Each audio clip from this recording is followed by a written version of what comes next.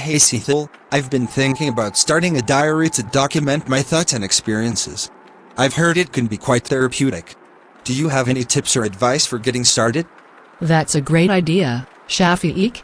Keeping a diary can be a wonderful way to reflect on your life and emotions. First, decide on the format you want to use, whether it's a physical notebook or a digital diary. What are you leaning towards? I think I'll go with a physical notebook. There's something special about putting pen to paper that I find appealing. Plus, it's a break from screens, which is always nice. Do you have any suggestions for a good notebook? Absolutely. A good quality notebook can make the experience more enjoyable. Look for one with thick, lined pages so your ink doesn't bleed through. You might also consider getting a diary with a lock if you want to keep your entries private. Now, what will you write about in your diary? Well, I was thinking about starting with daily reflections and capturing my thoughts and feelings. But I'm not sure how to structure it. Should I just write whatever comes to mind or try to follow a specific format? You can definitely start with daily reflections, and over time, you might develop your own structure. Some people like to include a brief summary of their day, their mood, and any significant events or feelings. You could also use prompts to help you get started on days when you're not sure what to write about. For example, what am I grateful for today? Or what's one thing I learned? Those are good ideas. I think I'll try using some prompts to give my entries a bit of structure. But what if I miss a day or two? Do you think it's important to write every day? Writing every day is great if you can manage it, but it's not essential. Consistency can help build a habit, but the most important thing is that you find it enjoyable and it's not a chore. If you miss a day, don't worry about it. You can always catch up or just continue from where you left off. The diary is for your benefit, not a strict assignment. That's a relief to hear.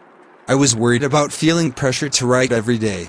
So, what do you do with your diary once it's filled up? Do you ever go back and read your old entries? Oh, definitely. I find it fascinating to revisit my old entries and see how much I've grown and changed.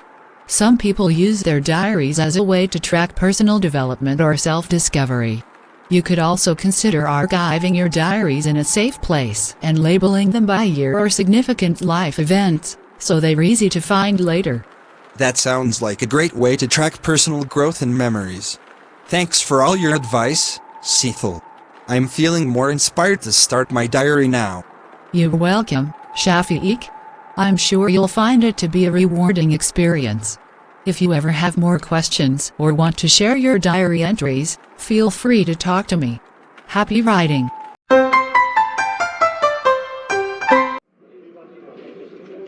Hey Sweria, I've been thinking about getting my four-wheeler license.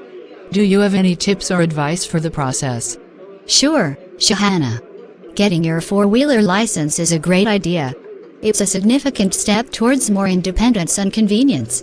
The process can vary depending on where you live, but I can share some general insights. That sounds great. I'm eager to get started. What are the first steps I should take? First, check the requirements in your area.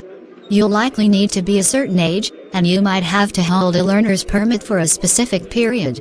You'll also need to gather the necessary documentation, such as proof of identity, residency, and maybe even a vision test. Okay, I'll make sure I have all the required documents ready. What's next? Once you have the required documents, you can start studying for the written exam. Many places offer online resources or books to help you prepare. These exams typically cover traffic rules, road signs, and safe driving practices. I heard the written exam can be tricky. Do you have any tips for passing it? Absolutely. The key to passing the written exam is to study thoroughly. Take advantage of practice tests, and don't rush it. Read and understand the material, and if you have any questions, don't hesitate to ask for clarification. It's also a good idea to get a good night's sleep before the test to ensure you're alert and focused. Great advice. Once I pass the written exam, what's the next step in the process? After passing the written test, you'll likely need to schedule a driving test. This is where you'll demonstrate your practical driving skills. It's crucial to practice driving beforehand, especially in the specific vehicle you'll be using for the test. I've been practicing with my friend's car. Do you have any tips for the practical driving test? Practice is the key, so keep driving and improving your skills. When it comes to the practical test, make sure to follow all the rules and drive safely. Remember to use your mirrors, signal properly, and pay attention to speed limits. Confidence is essential, but don't be overconfident. Take your time and be cautious. Thanks for the tips. I'll definitely keep practicing.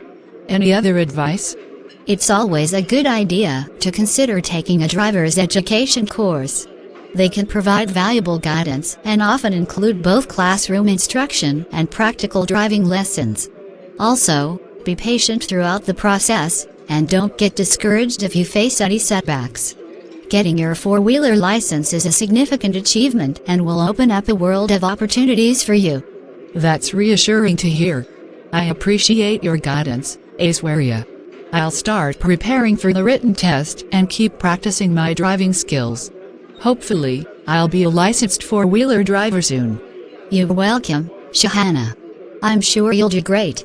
If you have any more questions or need further assistance along the way, feel free to reach out. Good luck with your journey to getting your four-wheeler license.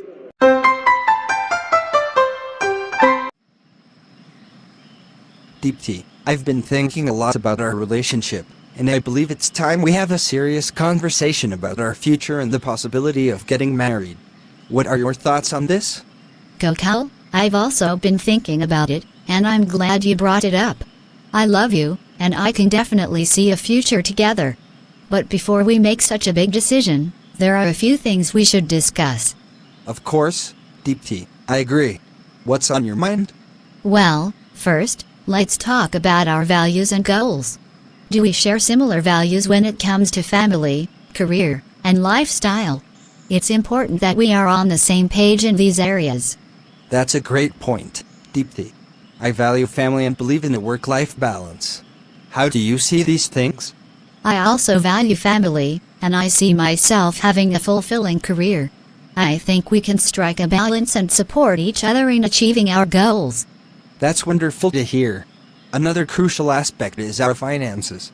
How do you envision managing finances in a marriage? Should we have joint accounts, separate accounts, or a combination of both? That's wonderful to hear. Another crucial aspect is our finances. How do you envision managing finances in a marriage? Should we have joint accounts, separate accounts, or a combination of both? I agree, that sounds like a practical approach. What about children? Do you see us having kids? And if so, when? I do want to have children someday, and I believe we should discuss our timeline for that. It's essential to be on the same page regarding when we're ready for such a responsibility. I share the desire to have children, but I also think it's important for us to be financially stable and emotionally prepared before we take that step. How about religion and cultural differences? Do you think they will be a challenge for us? It's a valid concern. While we may have some cultural differences, I believe that respect and understanding can bridge those gaps. We can celebrate and embrace each other's backgrounds while building a unique culture of our own. That's a beautiful perspective, Deepti. Communication is crucial in any relationship. How do you think we can ensure that we maintain open and effective communication as a married couple? I think setting aside time for regular discussions and making an effort to actively listen to each other is key. It's also important to address any issues as they arise and not let them fester. Agreed. We should also consider the legal and logistical aspects of marriage, like where we would want to live, what type of ceremony we'd like, and how we handle legal matters like prenuptial agreements. Absolutely. We should be practical and plan these things ahead of time. What about our support systems?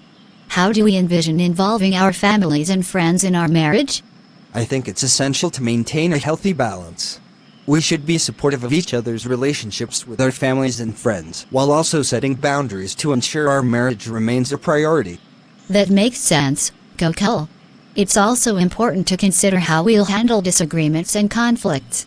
What's your approach to conflict resolution? I believe in open and respectful communication when we have conflicts. We should find compromises and solutions that work for both of us. Seeking help from a counselor or therapist is also an option if needed. I appreciate your willingness to seek professional help if necessary. Gokul, I want you to know that I'm excited about the idea of marriage, but I also think it's important to take our time to address all these concerns and ensure we are making the right decision. I completely agree, Deepthi. This is a significant step, and I want to make sure we go into it with our eyes wide open. Let's continue discussing these important topics and work towards a strong and harmonious marriage. Thank you, Gokul. I'm grateful for your understanding and patience. I believe that if we approach this with love, respect, and open communication, we can build a beautiful life together.